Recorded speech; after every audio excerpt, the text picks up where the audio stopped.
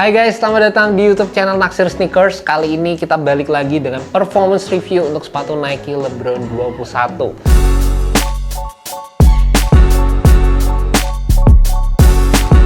Yap, sepatu ini jadi salah satu sepatu basket yang termahal, kalau nggak salah kedua termahal di market saat ini di bawah Air Jordan 38. Nah, karena sepatu ini tuh harganya 3.169.000. Harga yang terbilang tinggi sih kalau untuk sebuah sepatu basket, dan kalau sepatu ini nggak masuk dalam budget kalian, ya kalian bisa langsung skip aja video ini guys. Tapi kalau kalian penasaran sama fitur apa yang bakal kalian dapetin, udah spend 3 jutaan lebih untuk sebuah sepatu basket, kalian pastiin tonton video ini sampai selesai. Atau mungkin buat kalian nungguin sepatu ini dapat harga diskonan 50%, jadi kayak berapa ya, 1.500.000 sekian gitu ya, atau 1.600.000, 1.500.000.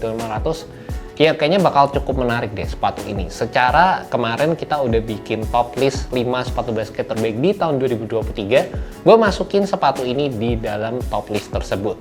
Dan buat kalian yang penasaran sama sepatu-sepatu lain yang gue masukin, kalian bisa cek aja di video yang ini guys. Dan sebenarnya salah satu hal yang bikin gue tertarik sama sepatu ini, terlepas dari sisi harganya yang ya bisa dibilang tinggi lah ya untuk sebuah sepatu basket, tapi sepatu ini tuh kelihatan premium banget. Bahkan gue rasa ini tuh jadi sepatu basket paling premium dibandingkan dengan beberapa sepatu basket yang sempat gue cobain di tahun 2023 kemarin.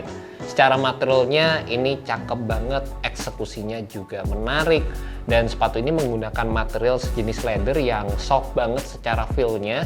Bahkan berasa kayak ada sensasi sweat-nya juga di area atas ini. Dan secara looks-nya sendiri, sekali lagi sepatu ini kelihatan elegan. Banyak juga teknologi yang ditawarkan dari sepatu ini, terutama di bagian material uppernya, di mana terdapat penggunaan flyware di bagian dalamnya, terus ada penggunaan Nike Spear juga di bagian inner liningnya, serta sepatu ini juga menggunakan teknologi perpaduan antara zoom unit di area heel, dan juga sepatu ini menggunakan zoom turbo di area depan sepatunya. Waktu dipakai yang gue suka, sebenarnya sepatu ini tuh kayak memadukan beberapa hal yang gue seneng di sepatu Nike LeBron 20 dan juga sepatu Nike LeBron NXT. Di sepatu Nike LeBron 20, gue seneng banget sama feel yang premium, dimana dari sisi cushionnya sepatu tersebut juga menggunakan push-on foam yang berasa lebih soft. Dan kalau di sepatu LeBron NXT, gue ngerasa sepatu tersebut punya fitting yang lebih oke, terutama di area heel sepatu tersebut.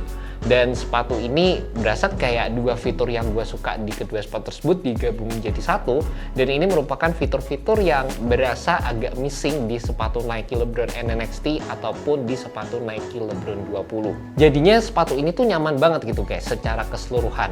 Meskipun dari sisi teknologinya juga nggak bisa dibilang sepatu ini punya cushioning system yang bener-bener canggih banget. Top line-nya Nike kayak sepatu Zoom Strobel atau sepatu-sepatu yang menggunakan kayak Formula 23 foam. Sepatu ini menggunakan teknologi yang terbilang udah ada di beberapa tahun ke belakang gitu. Bahkan 6-7 tahun ke belakang, sepatu ini masih menggunakan teknologi Zoom Turbo, Zoom unit yang biasa. Cushlon memang yang akhir-akhir ini jadi salah satu foam yang empuk banget di sepatu Nike, tapi implementasinya menurut gue nggak aneh-aneh. Bahkan kalau dibandingin dengan beberapa sepatu LeBron versi sebelumnya kayak yang versi 19, versi 18, 17 yang bentuknya bulky, terus ada material yang aneh gitu di bagian uppernya, sepatu ini looksnya terbilang lebih minimalis dan semuanya berasa kayak lebih fungsional aja. Dan kesan sepatu yang nggak aneh-aneh, semuanya fungsional, kelihatan premium looksnya, dan secara teknologi juga implementasinya terbilang menarik. Ini sih yang bikin sepatu ini jadi menurut gue berkesan banget, terutama di tahun 2023 kemarin.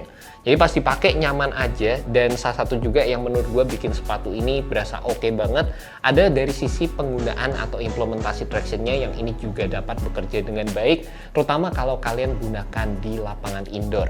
Untuk penggunaan di lapangan outdoor sendiri bukannya nggak bagus atau gimana, gue masih ngedapetin traction yang terbilang cukup solid sewaktu menggunakan sepatu ini, tapi kalian perlu perhatikan dari sisi durabilitasnya aja.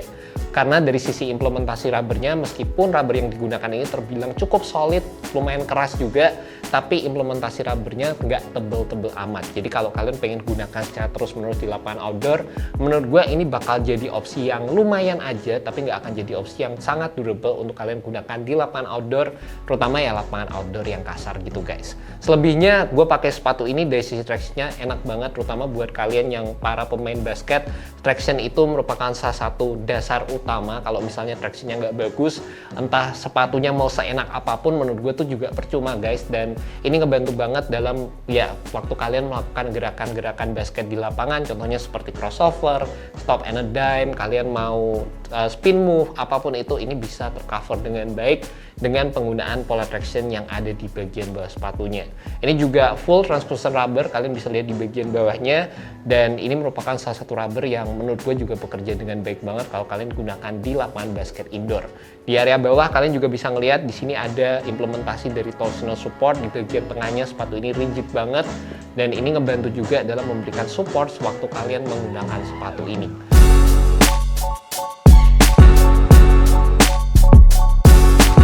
Fitur-fitur supportnya itu juga komplit banget. Yang pertama kebantu dengan adanya implementasi fit yang bener-bener one-to-one, implementasi fit yang nyaman, secara material juga menurut gue one-to-one, enak banget. Gak ada material yang pincing, di area depan berasa cukup fleksibel. Mungkin salah satu bagian yang bisa gue infoin juga di video kali ini, waktu pertama kali gue pakai, bagian samping sini berasa agak pincing guys, terutama di kaki kanan gue. Kaki kiri aman, kaki kanan di sini agak pincing, tapi setelah beberapa kali gue pakai, lama-lama hilang dan gue ngedapetin fit yang nyaman banget di sepatu ini. Bagian padding-padding di area tangnya berasa cukup premium, di bagian belakang padding-paddingnya juga enak banget, dan gue juga ngerasa waktu menggunakan sepatu ini secara retro supportnya juga kebantu dengan adanya foam yang menjadi di bagian samping, dan sepatu ini juga memiliki base yang terbilang cukup lebar dan ada outriggernya juga. Secara fitur-fitur support dasar untuk sebuah sepatu basket komplit banget, gak ada yang masalah sama sekali. Di area belakang ada heel counternya juga, dan ya mungkin itu aja sih yang bisa gue sampein tentang sepatu Nike LeBron 21. Salah satu sepatu yang terbilang premium, dari sisi harganya juga premium banget, looks-nya premium, penggunaan materialnya juga asik banget, terutama untuk colorway yang gue pegang kali ini. Dan sepatu ini meskipun penggunaan implementasi teknologi cushionnya berasa standar aja, bukan yang paling baru, bukan yang paling canggih dan lain sebagainya, tapi secara implementasinya itu berasa proper banget dan bikin sepatu ini nyaman untuk digunakan, terutama buat gue pakai di tahun 2023 kemarin guys. By the way, buat kalian penasaran sama sizingnya, menurut gue sih sepatu ini tuh fitnya true to size, dan buat kalian punya kaki lebar, menurut gue juga kalian bisa beli true to size di sepatu ini. Sekali lagi, fitnya menurut gue jadi salah satu highlight utama yang gue seneng banget dan improve dibandingkan dengan versi sebelumnya.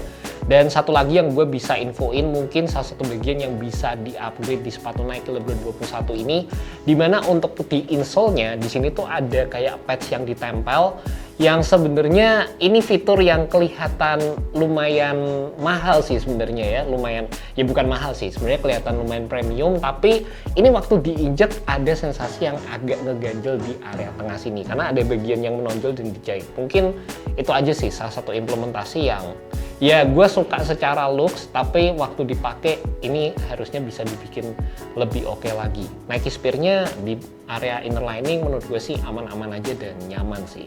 Thank you so much buat kalian udah nonton video kali ini. Semoga video ini bisa membantu kalian dalam menemukan sepatu basket yang cocok untuk kalian. Alright guys, peace. Material uppernya udah kotor gini, ini kayaknya lumayan susah dibersihin sih. Bersihin gimana? Iya, ini agak susah nih. Kayak apa ya? Kayak kulit tapi yang agak bludru gitu loh. Jadi halus, keren sih, tapi ini pasti agak susah dibersihin. Direndam. Nggak boleh sikat, gitulah. Tapi asik lah ini, keren banget.